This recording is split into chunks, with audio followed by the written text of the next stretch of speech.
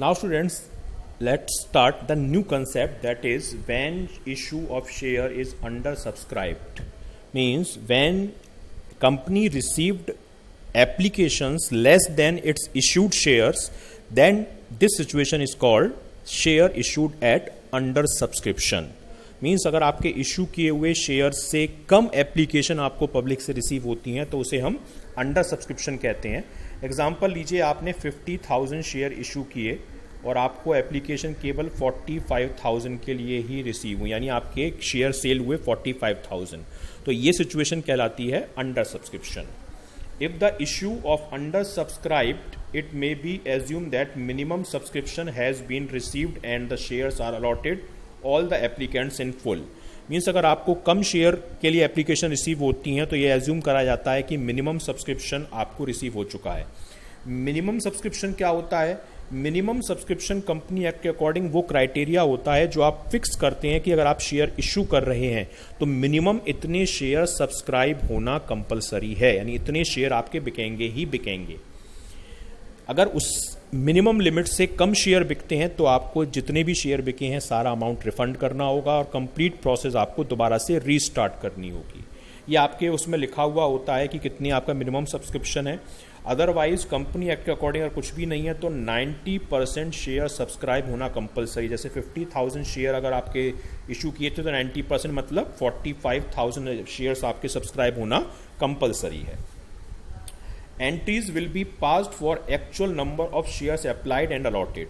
यानी अब आपने भले ही 50,000 शेयर इशू किए हों पर आपको एप्लीकेशन रिसीव हुई 45, तो अब सारी एंट्रीज 45,000 शेयर्स के अकॉर्डिंग ही करेंगे. आपको 50,000 से अब मतलब नहीं होगा. तो यानी ना तो आपको अप्लाइड निकालना ना अलॉटेड निकालना, सिंपली आपको अपनी क्वेश्चंस को सॉल्व करना है. अब हम इसका एक इलस्ट्रेशन से स्टार्ट करते हैं.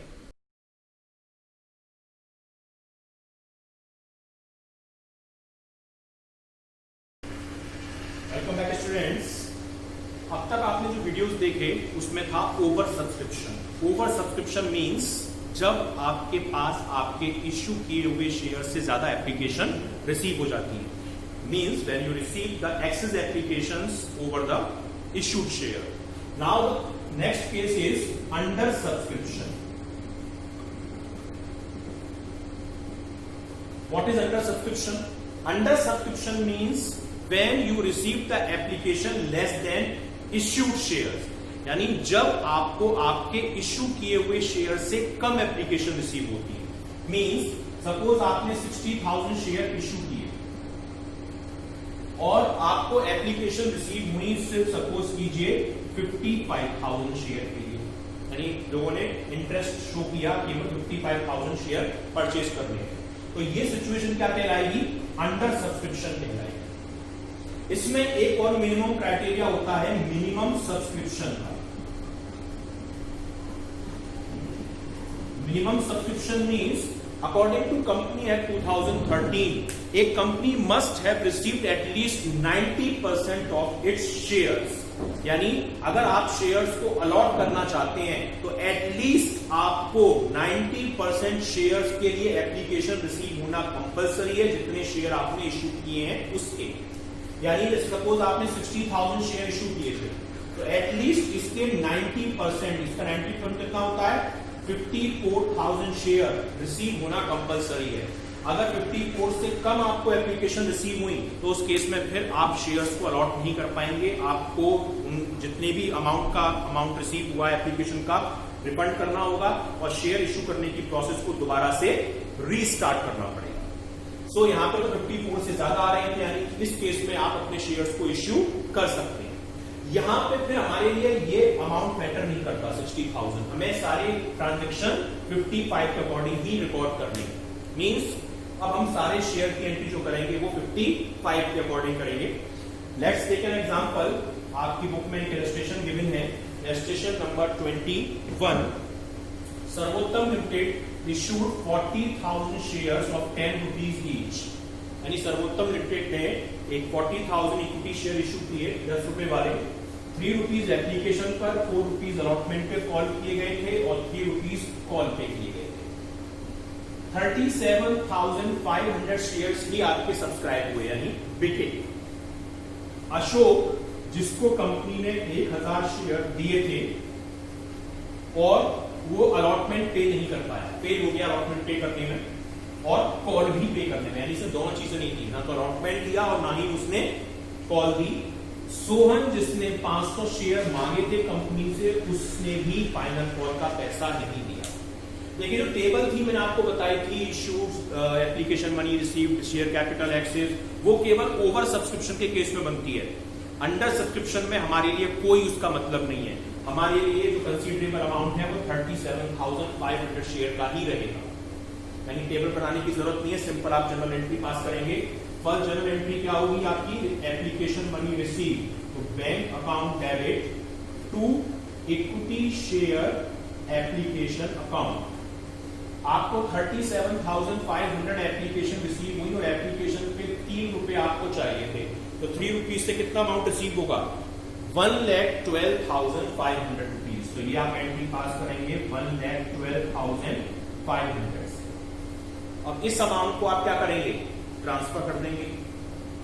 तो सेकेंड एंट्री क्या होगी, equity share application account debit to equity share capital account, और ये पूरा 1,12,500 आपका ट्रांसफर हो जाएगा। क्लियर, कोई इसमें हमें एडजस्ट करने की नीड है नहीं कि ये कम आया है तो उसको एडजस्ट करें, कुछ नहीं करना, जितना आया उतने से ही करनी है।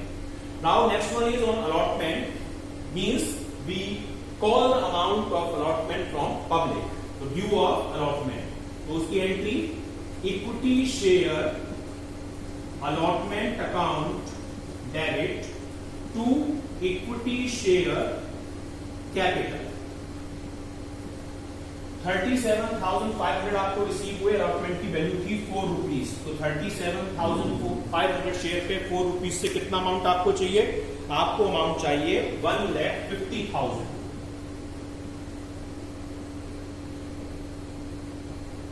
क्लियर। अब कह रहा है क्वेश्चन की अशोक जिसने 1000 शेयर की कंपनी ने अलॉट किया था वो हमें अलॉटमेंट नहीं दे रहा। अब देखिए अलॉटेड दे रखा है तो हमें अप्लाइड निकालना पड़ेगा, पर वो होता है केवल ओवर सब्सक्रिप्शन में, अंडर सब्सक्रिप्शन में नहीं होता। सिंपल, ये हमें 1000 शेयर का पैसा नहीं दे रहा अलॉटमेंट का, 4 रुपए के रेट से, क्योंकि 4 रुपए का अलॉटमेंट है, मतलब 4000 रुपए में रिसीव नहीं हो रहे। 150 में अगर 4000 रिसीव नहीं हो रहे तो कितना अमाउंट रिसीव होगा, 1,46,000।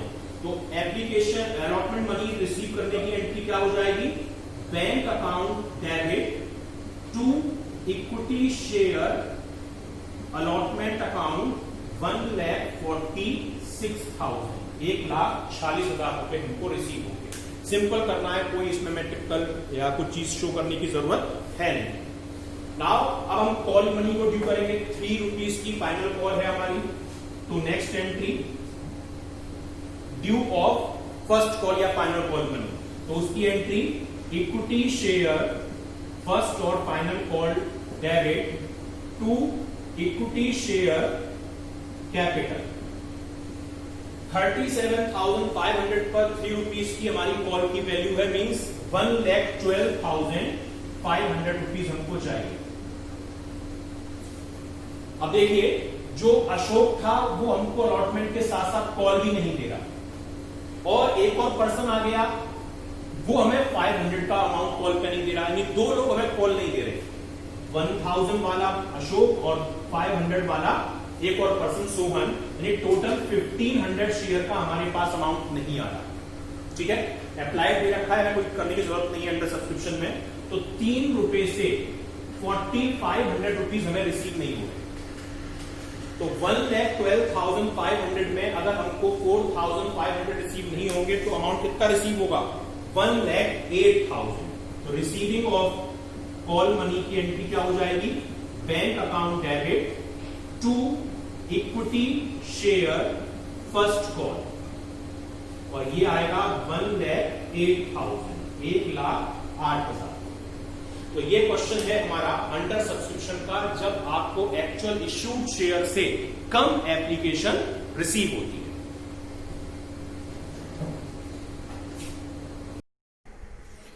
सो स्टूडेंट्स, अभी आपने पीपीटी में देखा कि what is under subscription. Under subscription means कि when company received less application then its issued shares, यानी जितने कंपनी ने शेयर इश्यू किए थे उससे अगर कम एप्लीकेशन रिसीव होती हैं तो उसे हम अंडर सब्सक्रिप्शन कहते हैं. ठीक है, तो उसमें आप कैसे क्वेश्चन आते हैं, इलस्ट्रेशन आपके एक बुक में दे रखा है 21. Sarvottam limited invited application of 40,000 equity share of 10 rupees each, यानी इस लिम कंपनी ने 40,000 इक्विटी शेयर्स इशू किए मार्केट में 10 रुपीज़ वाले. अमाउंट किस तरीके से पे करना था, 3 रुपीज़ एप्लीकेशन पर थे, 4 रुपीज़ अलॉटमेंट पर था और बचा हुआ amount first and final call पे था, यानी 3 रुपीज़. एप्लीकेशन रिसीव हुई 37,500. आप देख सकते हैं कि 40,000 इशू किए थे और एप्लीकेशन रिसीव हो रही है 37,500. तो यानी कम एप्लीकेशन रिसीव हो रही हैं. 90% का क्राइटेरिया भी आप देखें तो 40,000 का 90% अगर आप निकालेंगे 90%, तो ये आएगा 36,000, उससे ज़्यादा ही आ रही है, यानी आप शेयर अलॉट कर सकते हैं. अशोक, जिसको 1,000 शेयर अलॉट किए गए थे, उसने हमको अलॉटमेंट और कॉल का अमाउंट पे नहीं किया. दोनों यानी अलॉटमेंट पे किया, ना ही उसने कॉल पे की. सोहन, एक और पर्सन जिसने अप्लाई किया था 500 शेयर के लिए, उसने फाइनल कॉल का अमाउंट पे नहीं किया, यानी फाइनल कॉल 2 नहीं दे रहे, एक अलॉटमेंट 1 पर्सन पे नहीं कर रहा. जर्नल एंट्री पास करनी है आपको. ठीक है, तो आप पहले समझ लीजिए अंडर सब्सक्रिप्शन के केस में सिंपल चलता है, जितनी एप्लीकेशन हमें रिसीव हुई हैं हम केवल उसी से एंट्री पास करते हैं. कोई टेबल या कोई भी कैलकुलेशन करने की, अप्लाइड अलॉटेड अप्लाइड इकाई करने की हमें नीड नहीं है. हमें 37,500 एप्लीकेशन रिसीव हुई, हमें इसी से सारे क्वेश्चन को सॉल्व करना है. तो आप जनरल एंट्री देखिए, पहली एंट्री हमें 37,500 रुपीज़ एप्लीकेशन रिसीव हुई और एप्लीकेशन की वैल्यू 3 रुपीज़. तो कितना अमाउंट रिसीव होगा, 1,12,500. तो आप देख सकते हैं कि एंट्री क्या हो रही है, bank account debit to equity share application account 1,12,500 3 rupees के रेट से. ठीक है, अब आप इसे ट्रांसफ़र करेंगे. आपके पास कोई एडिशनल इन्फॉर्मेशन या एडिशनल एप्लीकेशन तो आई नहीं है, यानी सिंपली आपको ये अमाउंट ट्रांसफ़र करना है और सारा जितना भी रिसीव हुआ है. तो next entry equity share application account debit to equity share capital, और जो 1,12,000 आए थे इसे हम ट्रांसफ़र कर देंगे. ठीक है, अब नेक्स्ट है अलॉटमेंट को ड्यू करने की एंट्री. अलॉटमेंट है 4 रुपीज़ का. सेम 37,500 रुपीज़ एप्लीकेशन आई थी और 4 रुपीज़ के रेट से कितना अमाउंट रिसीव होगा आपको, 1,50,000 आप कॉल कर रहे हैं. तो equity share allotment account debit to equity share capital 1,50,000 rupees, ये आपको पब्लिक से चाहिए. अब एक पर्सन क्वेश्चन कह रहा है जिसके पास 1,000 रुपीज़ शेयर थे, उसने हमें अलॉटमेंट नहीं दिया 4 रुपये के रेट से, मतलब 4,000 रुपीज़ हमें रिसीव नहीं हुए. 150 में अगर 4,000 रिसीव नहीं हो रहे तो कितना रिसीव होगा, 146. तो ये अमाउंट की हम एंट्री करेंगे, bank account debit to equity share allotment 1,46,000. समझ में आया कि जो 4,000 रुपये हमें रिसीव नहीं हुए, उस 4,000 रुपये पर हम इस एंट्री को पास करेंगे. ठीक है, अब देखिए नेक्स्ट, अब हम फर्स्ट कॉल ड्यू करेंगे. फर्स्ट कॉल ड्यू करने की एंट्री क्या होगी, फर्स्ट कॉल ड्यू करने की एंट्री होगी कि हमें 3 रुपये की फर्स्ट कॉल से अमाउंट चाहिए 37,500 शेयर पर 1,12,500 अगेन. तो equity share first call account debit to equity share capital 1,12,500 rupees, ये अमाउंट हमको कॉल करना है. अब देखिए, आप क्वेश्चन कह रहा है कि जो 1,000 शेयर वाला पहला पर्सन था वो, और एक और पर्सन सोहन जिसके पास 500 शेयर थे. अप्लाइड अलॉटेड से हमें कोई मतलब नहीं है, अंडर सब्सक्रिप्शन में जितने थे वही करना है. 1,000 पहले वाले पर्सन के प्लस 500 दूसरे वाले पर्सन के, टोटल 1,500 की शेयर की हमें प्राइस रिसीव नहीं हो रही. कितने रेट से, 3 रुपीज़ से, यानी 4,500 हमें रिसीव नहीं हो रहे. कितने में से, 1,12,500 में से. तो कितना अमाउंट रिसीव होगा, 1,08,000. तो एंट्री क्या हो जाएगी, bank account debit to equity share final call 1,08,000 rupees. तो ये आपका क्वेश्चन था कि जब आपको अंडर सब्सक्रिप्शन में एंट्री पास करनी होती है और आपको ट्रांजैक्शन की रिकॉर्डिंग करनी होती है.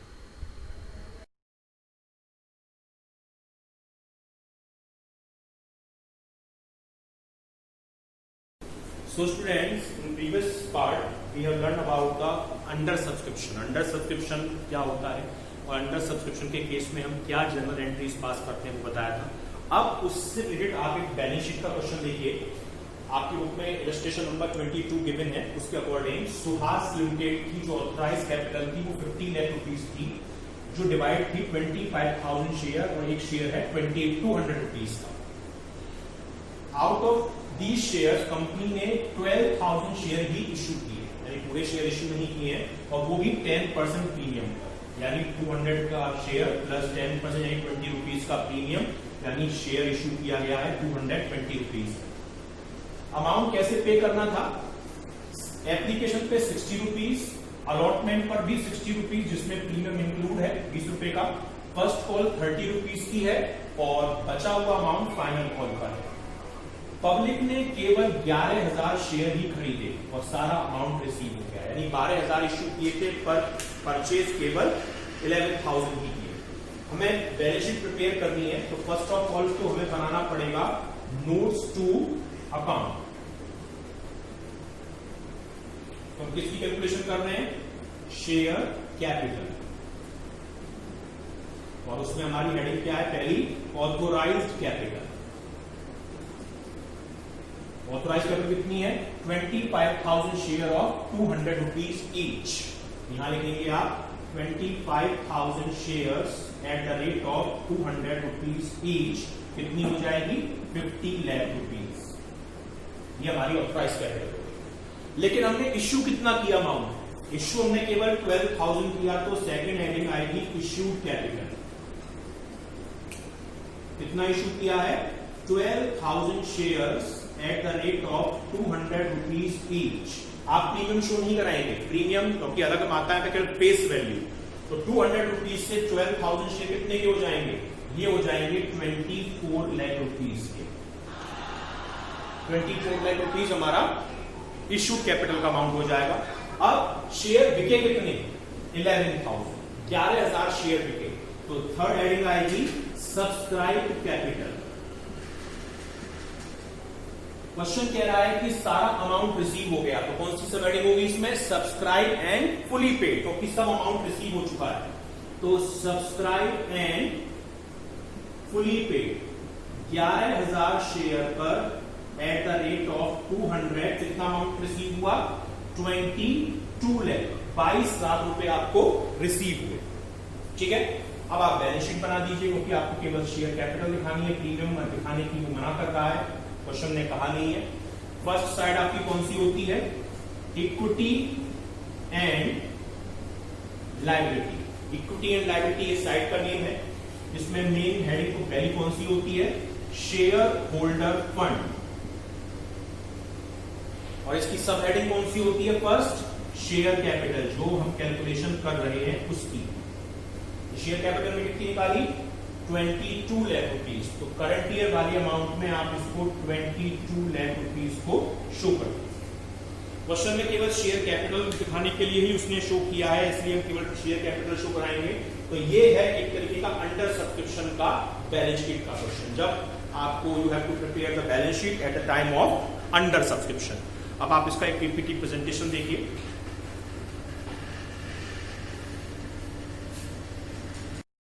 सो एक इलस्ट्रेशन और देखिए स्टूडेंट्स, जो प्रिपरेशन ऑफ बैलेंस शीट इसके रिगार्डिंग है in case of under subscription.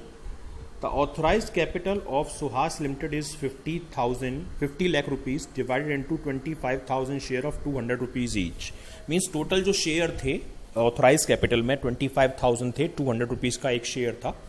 Company ने इसमें से 12,000 शेयर्स 200 रुपीज़ वाले 10% प्रीमियम पर इशू किए, यानी 200 का शेयर प्लस 20 का प्रीमियम, यानी 220 इसमें इशू किया है।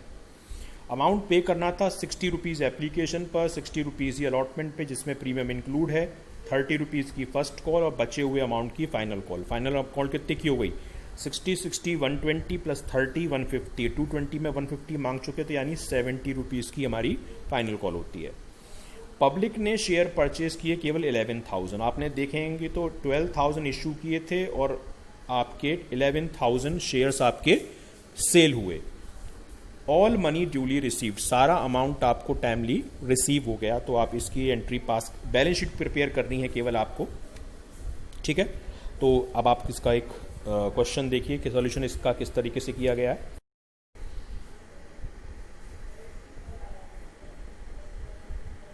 Now the next question is, जो आपकी बुक में गिवन है उसमें आपको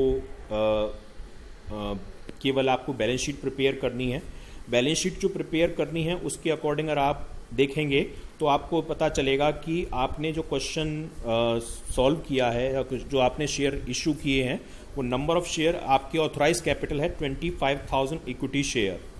25,000 इक्विटी शेयर है। बैलेंस शीट के लिए पहले आपको नोट्स टू अकाउंट प्रिपेयर करना है, उसमें आप प्रिपेयर कर रहे हैं शेयर कैपिटल का, और ऑथोराइज कैपिटल पहली एंट्री है। 25,000 इक्विटी शेयर 200 रुपीज़ के रेट से कितने के हो जाएंगे? 50 लाख रुपीज़ के। ये आपकी ऑथोराइज कैपिटल है, पर आपने शेयर इशू करे हैं केवल 12,000, तो इशूड कैपिटल में आएगा 12,000 equity share of 200 rupees each, 24 lakh. इसमें आपको 20 रुपीज़ का प्रीमियम ऐड नहीं करना है, क्योंकि इशूड और सब्सक्राइब इनमें केवल फेस वैल्यू आती है। सब्सक्राइब शेयर सेल हुए थे केवल 11,000 आपके शेयर सेल हुए हैं, तो 11,000 शेयर के लिए सब्सक्राइब एंड फुली पेड, क्योंकि सारा अमाउंट रिसीव हो चुका है। तो 11,000 इक्विटी शेयर 200 रुपीज़ के रेट से आपको अमाउंट रिसीव हुआ होगा 22 लाख। अब आप बैलेंस शीट प्रिपेयर करेंगे, तो साइड आपकी कौन सी है? Equity and liability. उसमें पहली main heading share holder fund, और उसमें किसकी कैलकुलेशन? शेयर कैपिटल की। तो ये 22 लाख आप यहाँ शो कराएंगे, 22 लाख करंट ईयर वाले कॉलम में, ये जो अमाउंट आपको रिसीव हुआ है। केवल आपसे ये शेयर कैपिटल को कैलकुलेट करने के लिए कह रहा है, तो केवल आप उसी की कैलकुलेशन करेंगे, आपको अदर इंफॉर्मेशन की कैलकुलेशन करने की नीड नहीं है।